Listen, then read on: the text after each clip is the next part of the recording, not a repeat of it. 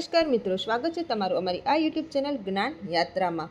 મિત્રો, આજે આપણે એક મહત્વની અપડેટ લઈને આવી ગયા છીએ।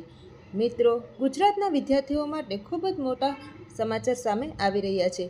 હવે વાત કરીએ ગુજરાતની શાળાઓની, તો કે હવે શું ગુજરાતની શાળાઓમાં પણ શનિ રવિ રજા રહેશે?